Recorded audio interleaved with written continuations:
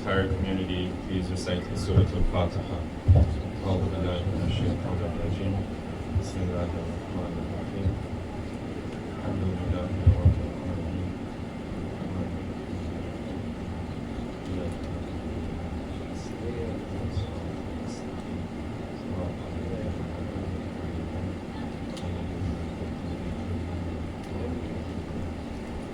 صلوا على محمد وآل محمد. اللهم صل على محمد وآل محمد.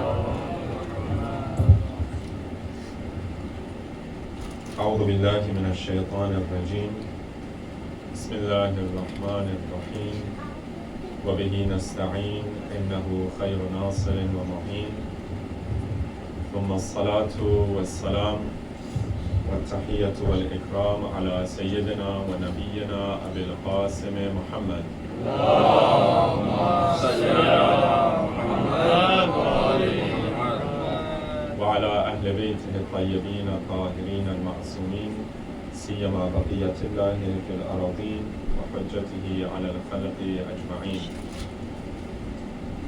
السلام عليك يا أبا عبد الله وعلى الأرواح التي حلت بفنائك.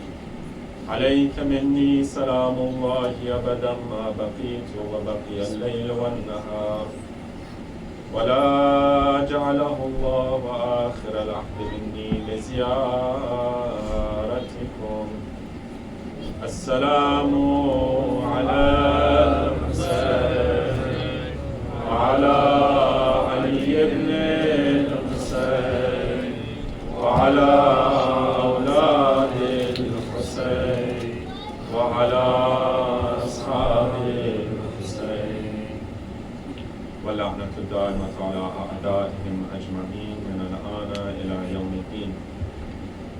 أعوذ بالله من الشيطان الرجيم بسم الله الرحمن الرحيم رب اشرح لي صدري ويسر لي أمري واحلل عقدة من لساني يفقهوا قولي أما بعد فقد قال الله الحكيم في محكم كتابه الكريم أعوذ بالله من الشيطان الرجيم ومن يتق الله يجعل له مخرجا ويرزقه من حيث لا يحتسب ومن يتوكل على الله فهو حسبه. صدق الله العلي العظيم. صلوا على محمد وعلى آله. اللهم صل على محمد وآل محمد. Dear brothers and sisters in Iman, Assalamu alaikum wa rahmatullahi wa barakatuh. Last night, talked about some of the effects of taqwa in the lives of those who are defined by this attribute, those who take on this piety and who are vigilant in their devotion to Allah.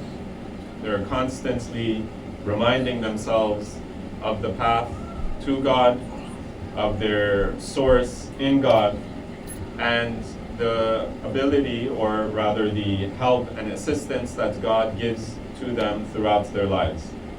I mentioned that when Amir al-Mu'mineen Ali ibn Abi Talib describes the muttaqeen, he describes them as people whose entire being is engulfed in this attribute.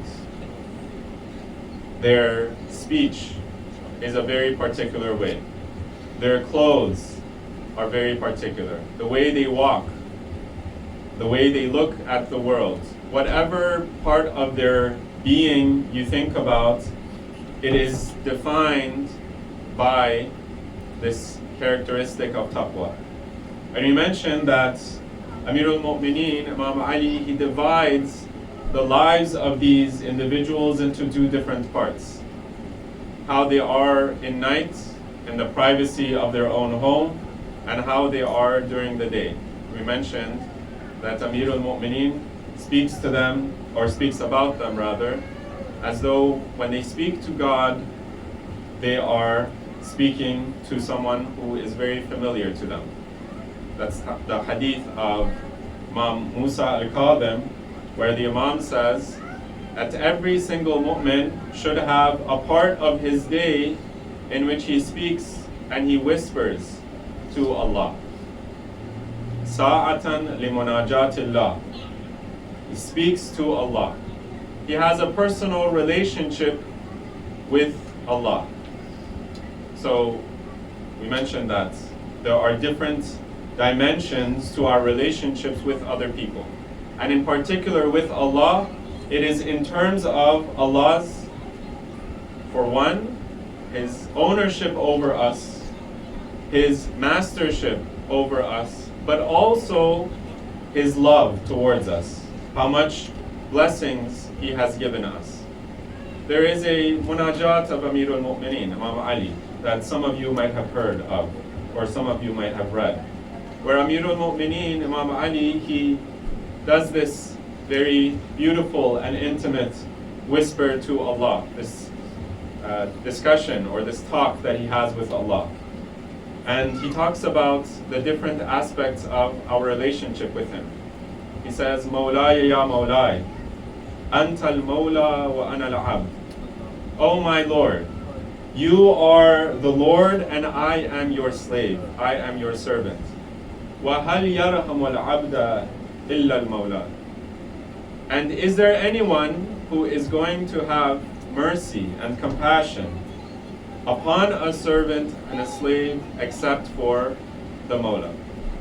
Mawlaya ya Mawlaya, Anta al-Aziz wa ana al-Dhalil. Oh my Lord, you are the one who is mighty, and I am the one who is low. وَهَلْ يَرْحَمُ الذَّلِيلَ إِلَّا الْعَزِيزِ.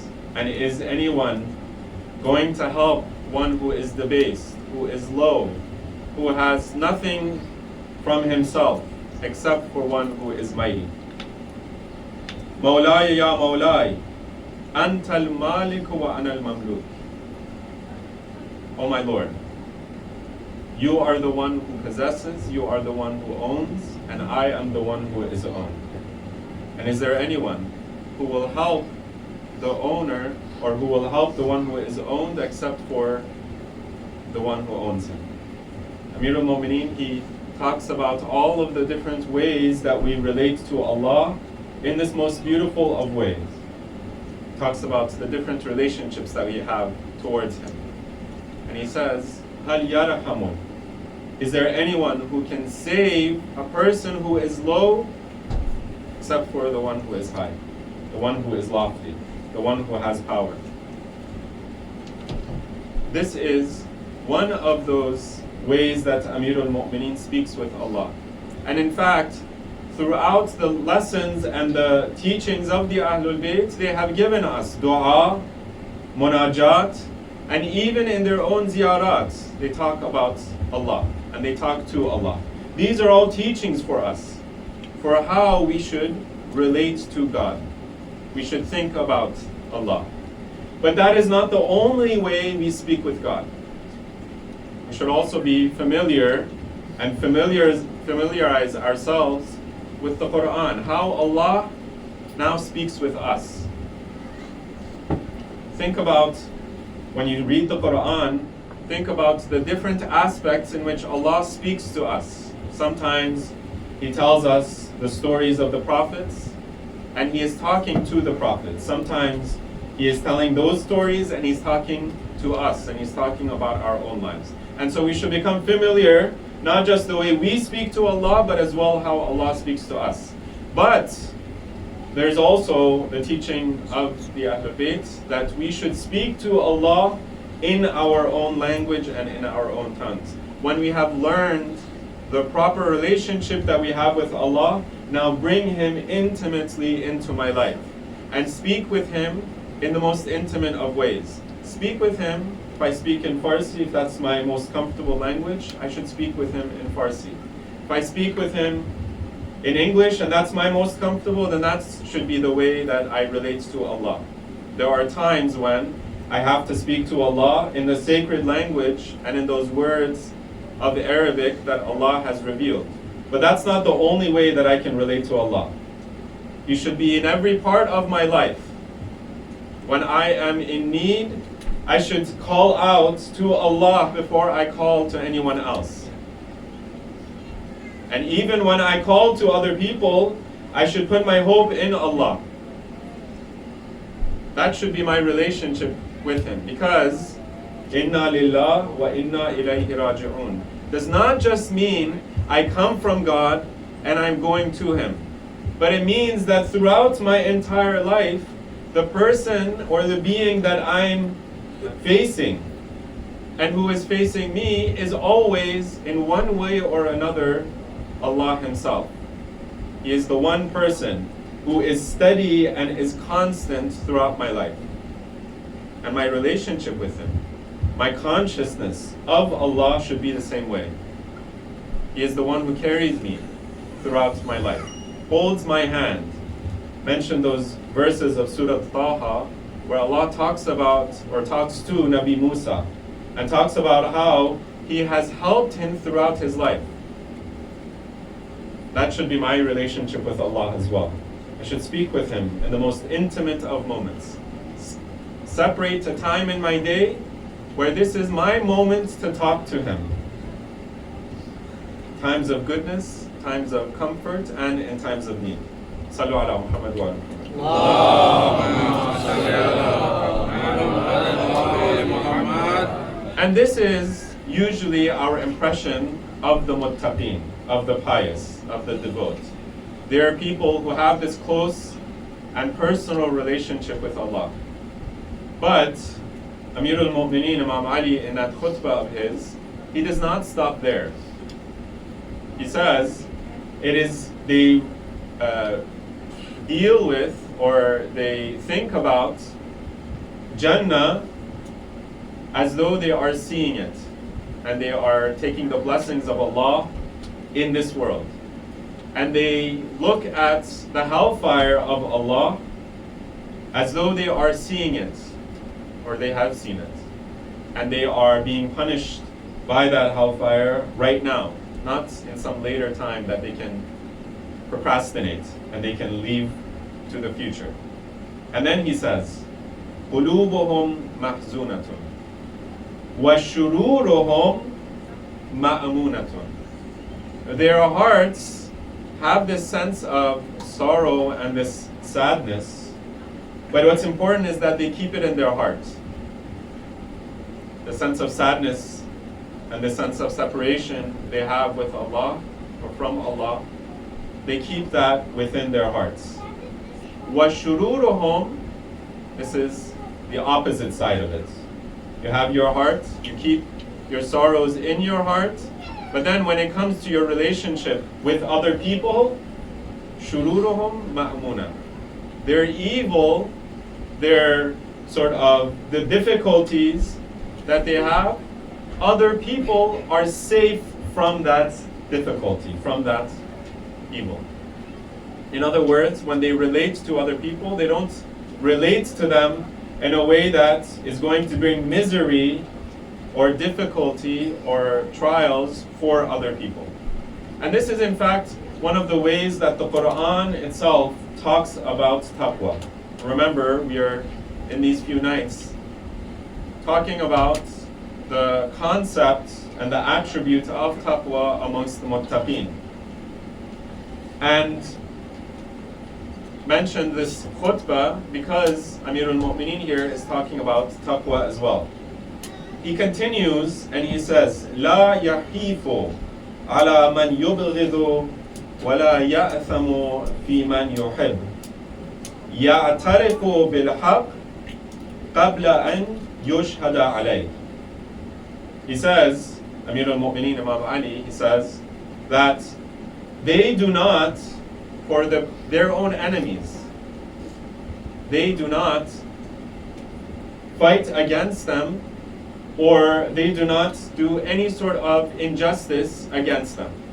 They might have some of the worst enemies in the world, but when it comes to a person's right, when it comes to some injustice or some issue of right and wrong, لا يحيف على من يبغض.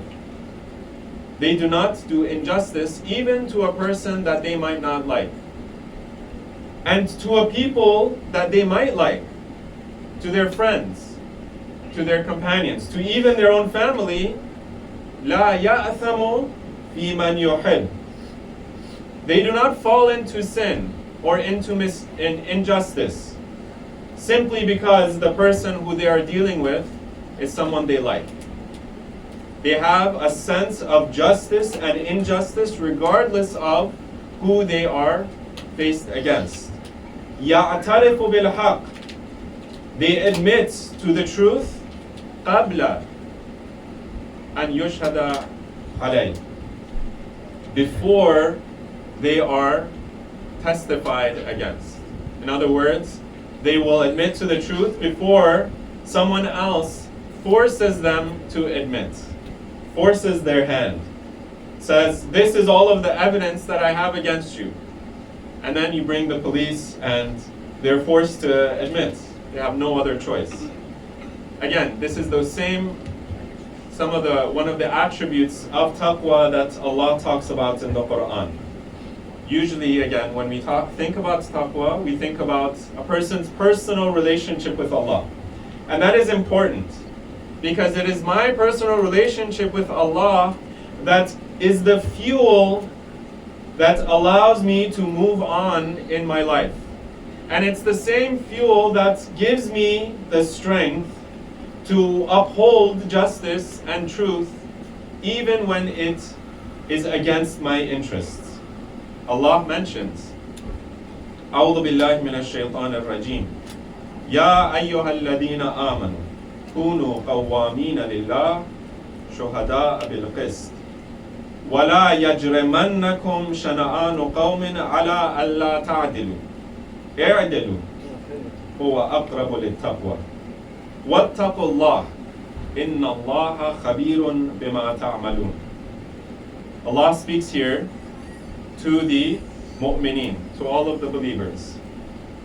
Allah says, be amongst those people who establish for Allah as witnesses bil qist, in justice. And don't let your enmity, your dislike of a people be the cause for you to be unjust. Be just. That is what taqwa requires of you. That is closer to piety. Wattaqullah. And Allah, He repeats, اعدلوا هو أقرب للتقوى واتقوا الله. And have piety and be conscious of Allah. إن الله خبير بما تعملون. Allah knows what you do. And if you are a person who has a relationship with Allah and He sees you committing an injustice, then that act should be something that is not even in your mind. Allah knows when I commit injustice and when I stand up for truth. And in fact, one of the instances that Allah talks about here is shahada, when we bear witness in whatever conflict we might find ourselves. I want to just mention two examples of this idea of justice that Allah specifically mentions in the Quran. One is this idea of bearing witness.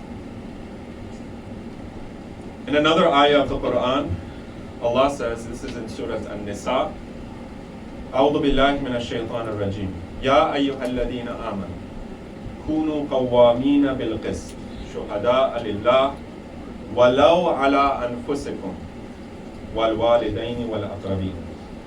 O you who believe, establish justice, be amongst those who establish justice, and be shuhada lillah, and be witnesses for God, even if it comes against your own interests, or the interests of your parents, or the interests of those who are close to you, your family.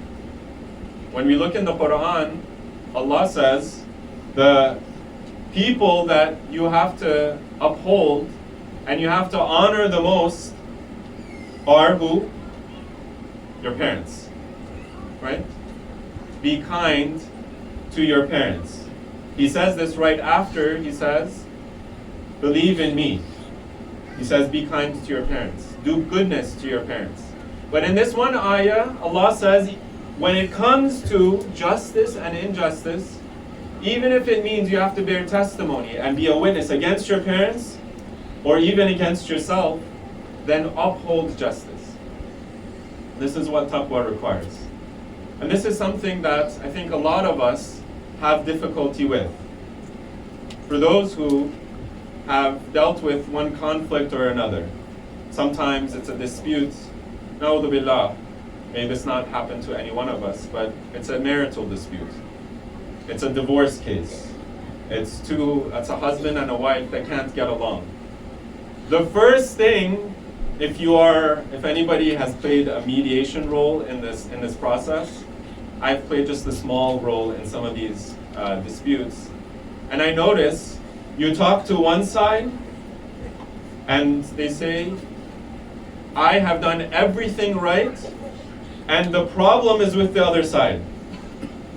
And you talk to the other side, the spouse, and it's the same thing, it's the same story. I have done everything right, and the problem is with the other person. Yeah, maybe this is when people are trying to be very just and very good.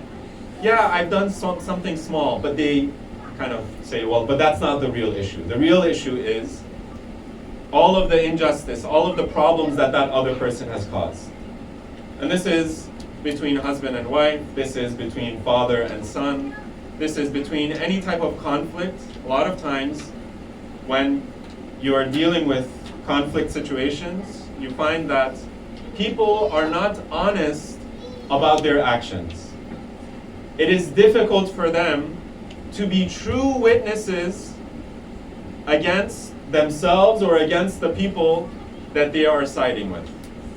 Can't really find a neutral party in a lot of these conflicts. That's why you have to go to a third person. And Allah mentions in the Quran time and again that taqwa requires you to be a true witness, even if it goes against your own interests. Which means, on the one hand, that if, for example, I am a mediator, or I am a party in that conflict, for one, I have to accept that that person may have done something right. If I have trouble with my spouse, with my wife, I can't say that every single evil or every single problem in this relationship is because of things that she did. She did some things good. She, for example, raised my children as good, believing children. And she did all of these things and showed all of this kindness towards me.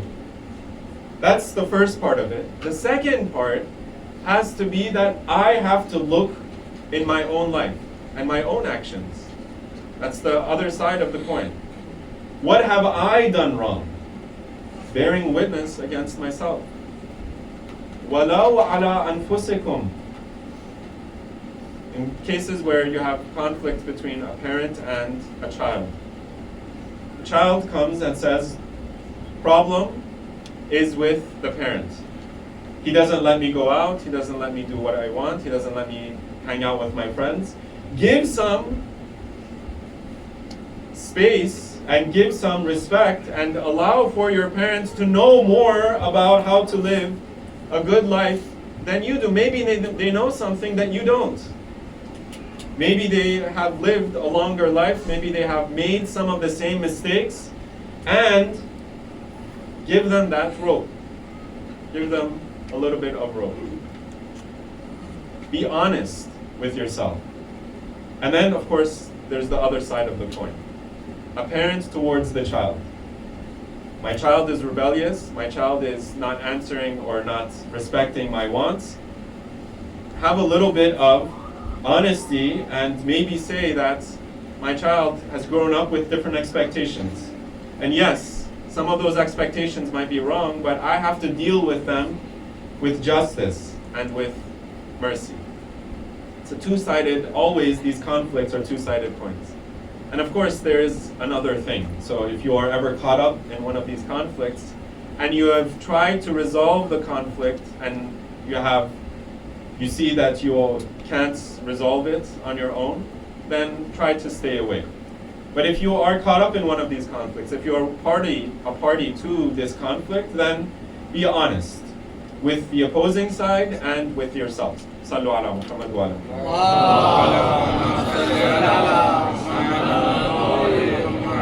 The second example I'd like to give is when we are in a position of power.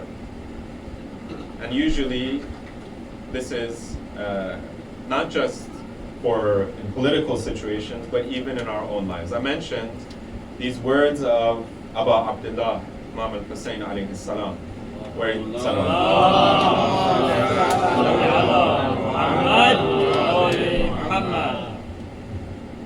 the Imam says that when he is talking to the enemy soldiers, when Hur ibn Yazid al-Riyahi, he comes and he stops the Imam in his tracks, and he does not let him proceed any further, and they alight in the plains of Karbala. It said that the Imam has this, he mentions this hadith of Rasulullah sallallahu alayhi wa alihi.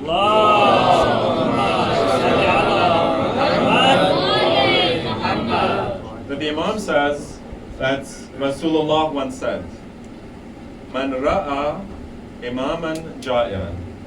Person who sees an imam who is unjust, who, for example, does not abide by the commandments of God, who goes against what is right and who does not forbid what is wrong, and so on and so forth.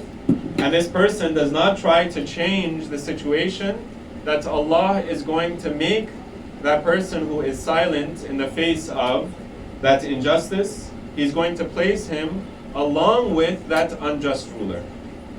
In other ahadith, Amir al-Mu'mineen, Ali ibn Abi Talib, he says, Rubba adilin ja'ir. Maybe, and there are times when there is a person, a ruler, who is adil, but who is also ja'ir. We have this word, jawr, that the Ahlul Bayt talk about. And this is a word that sometimes we translate as oppressive, and sometimes we can translate it as unjust. Person who is unjust. A lot of times, as the followers of the Ahlul Bayt, when we think about a leader who is just, we say that it is only the Ahlul Bayt. Only the Ahlul Bayt or Imam al-Mahdi, Ajjalallah ta'ala farajah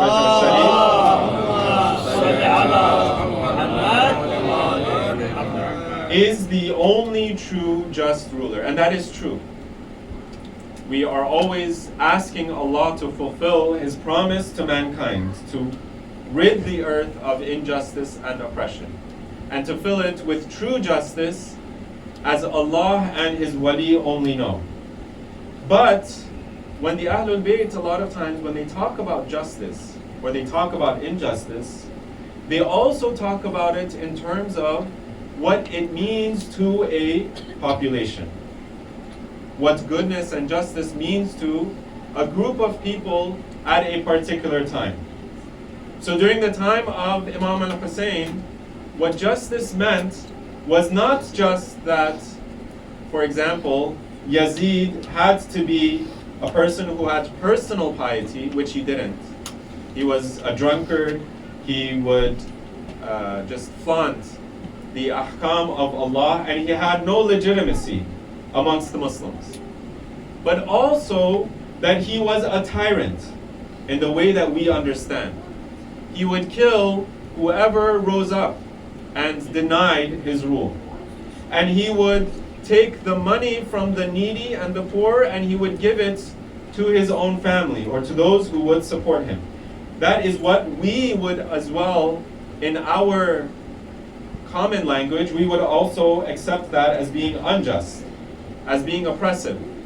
And according to some of our ulama, when we talk about an imam ja'ir, this is also what we mean. This is on the political stage. So when we're thinking about taqwa, when Allah tells to the muttaqeen, "I'dilu huwa aqrabu lit-taqwa," He is saying, be just when you are in a position of power. Not just to think that I have personal taqwa, but I have to be just in the way that people would understand what justice means in this situation. And so when we are, for example, it's an election year, when we are thinking about who to vote for, unfortunately, we don't have too many good options, right? Unfortunately. Even choosing between the worst candidate is even here a little bit difficult. But you have to have a sense of what it would mean for a president, for a senator, for a representative. What justice would mean for that office, for that place. And then you choose based on that. You don't say, well, this is a government that is established amongst the kuffar, and then I don't really have anything to do with it. You have to identify what my role is, what my responsibility is, and what justice would mean in this situation. That's on the political stage. But when we come down to our own lives, whether I am a leader of a community, or I am a leader of a family, I have the men in front of me and the women are farther away, so I'll direct my address to the men, to the fathers, to the brothers, the elder brothers. Right? Alhamdulillah, you have a very beautiful community, and mashallah, you have a lot of very beautiful volunteers and leaders of your community. But if you are in a position of power, then you should think about what it would mean to be just in that position of power. Not to say that now I have authority and everybody has to listen to me. And this is in fact where you might even have a right. A lot of times, Allah has expressed a right for us.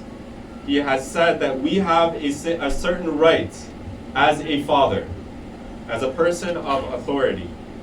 And then we say, everyone has to now listen to me because of this right of mine.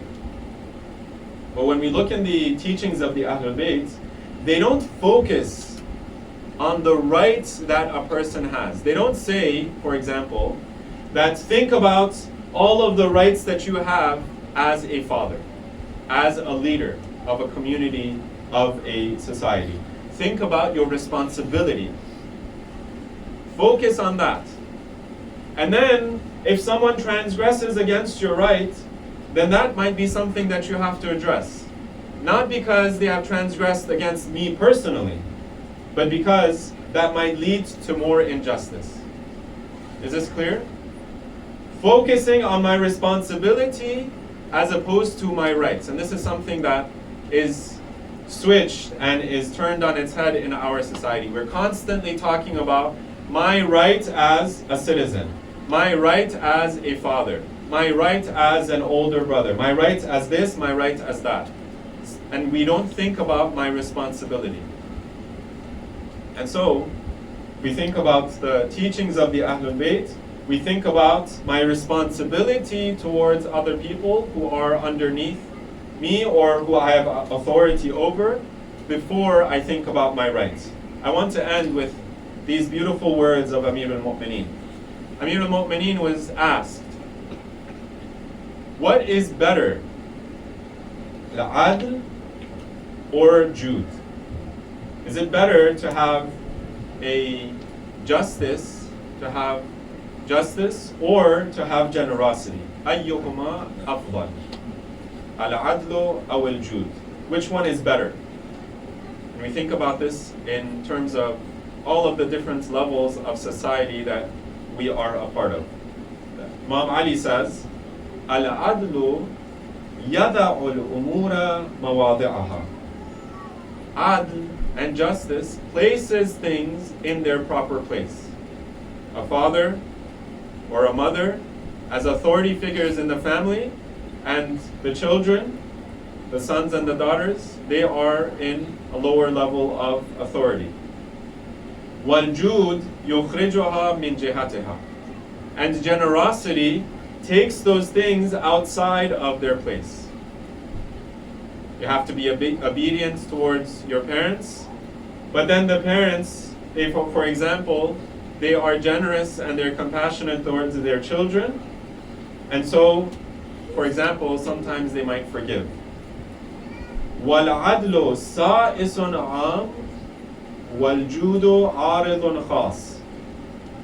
Adl is a general policy. It's a policy that motivates a society, that pushes that society forward. You set the red lines and the boundaries, and then people know where they stand. وَالْجُودُ عَارِضٌ خَاصٌ. And Jude takes things outside of their bounds. But it's a particular policy. It's a policy that you have towards individuals. فَالْعَدْلُ أَشْرَفُهَا وَأَفْضَلُهُمَا. أَشْرَفُهُمَا وَأَفْضَلُهُمَا. And so Adl is the better, it's the more noble of the two. Because you have to base your society, base your relationship on a sense of proportionality, a sense of justice. If you don't know where I stand in relation to you, then generosity doesn't make any sense. But then when I am dealing with you as an individual, as a member of the same community, as a member of the same family, then I deal with you as a person who is compassionate. I deal with you with generosity. That is the teaching of the Ahlul Bayt. When we want to think about how to create a society, or when we want to think about what policies are good for our society, who to choose as an elected official, or even how I want to deal with my own family, I should think about it whether I am a child or an adult, whether I am a citizen or I am someone who's thinking about the other policies in my society. I have to think about what are the red lines, what does justice require, and then I can be generous. And this is something that we see in, for example, the situation in Palestine. You cannot have forgiveness and compassion for all of the injustice that has occurred when you don't base your society upon justice. You can't move on when your house is being destroyed, when your family is being killed, when you are under attack, and when you are being starved and water is being taken away from you.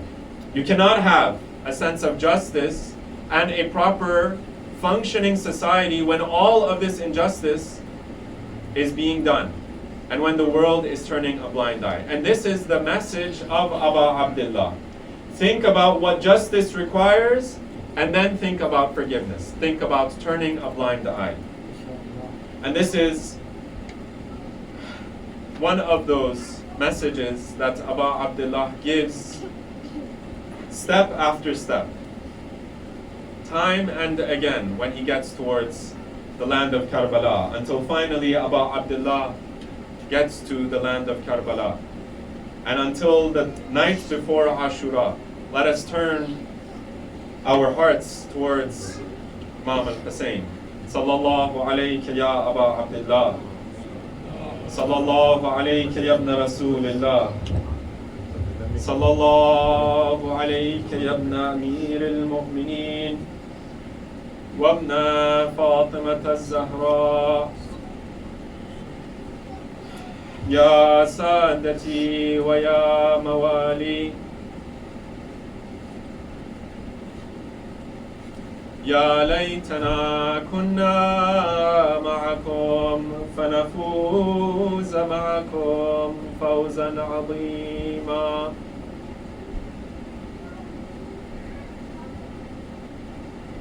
It is said the night before the day of Ashura, mentioned the story as well last night, that Aba Abdullah turned towards his companions and he told them of what was to come. And he turned off all the lights and he said, each and every one of you can take the hand of his family or take the hand of one of my family members and you can go out into the night. No one will blame you. No one will even see you for them to blame you. and I am lifting up my allegiance from you. So don't think that you have any responsibility towards me. Abu Abdullah was thinking about his responsibility before he was thinking about the responsibility of his companions. He was letting them go free. But it is said that the companions of Abu Abdullah, each one of them, they rose up and they said to Imam al-Hussein that, "O Imam, we will give our lives, and if it comes to it, if Allah gives us the opportunity to come back to life, we will give our lives once again. Even if we were to come back to life 1,000 times, that, O Abu Abdullah, we would give our lives freely in your path." It is said that Ali al-Akbar, Abbas, Habib, Zuhair, all of the companions, the Banu Hashim, all of the young men and those chivalrous members of the Ahlul Bayt, they all rose up. And it is said that Imam Hussein, he thanked them for their bravery, and he thanked them for their allegiance, their loyalty towards him. And he would tell each one of them how they are going to meet their end on the morrow.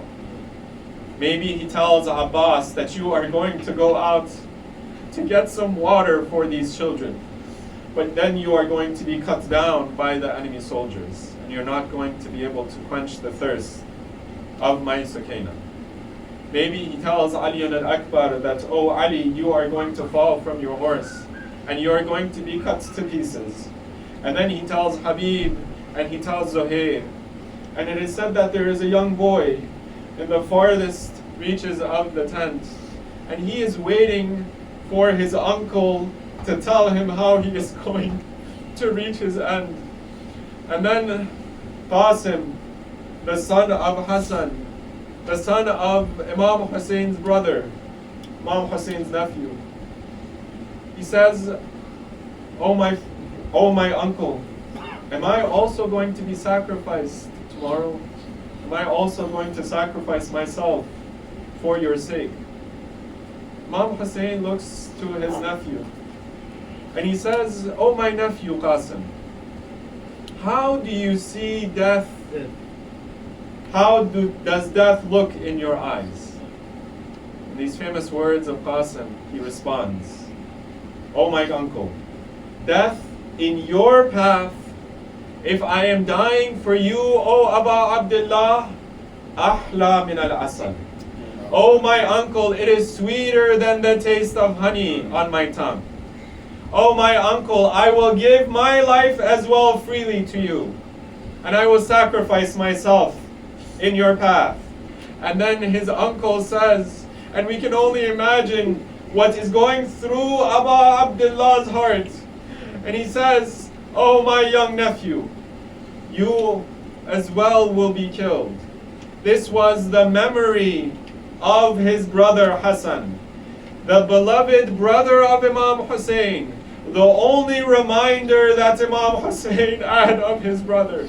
It is said that when Imam Hassan was on his deathbed, Imam Hussein comes atop the body of his brother, and he is crying, and he is shedding tears, these tears rolling down his cheeks like pearls.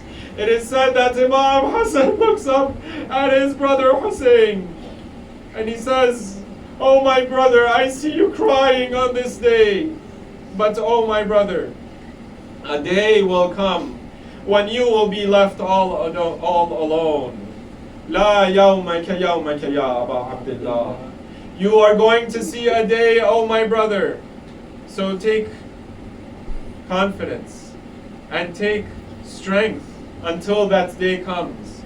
But it is said that Imam Hassan left a reminder of himself for Abu Abdullah. And whenever Abu Abdullah wanted to remind himself of his brother Hassan, he would look at Qasim. And so you can only imagine what Imam Hussein was feeling and what he was thinking on the day of Ashura. It is said that when Qasim He comes to Abu Abdullah. Imam Hussein does not have the heart to give permission to his nephew.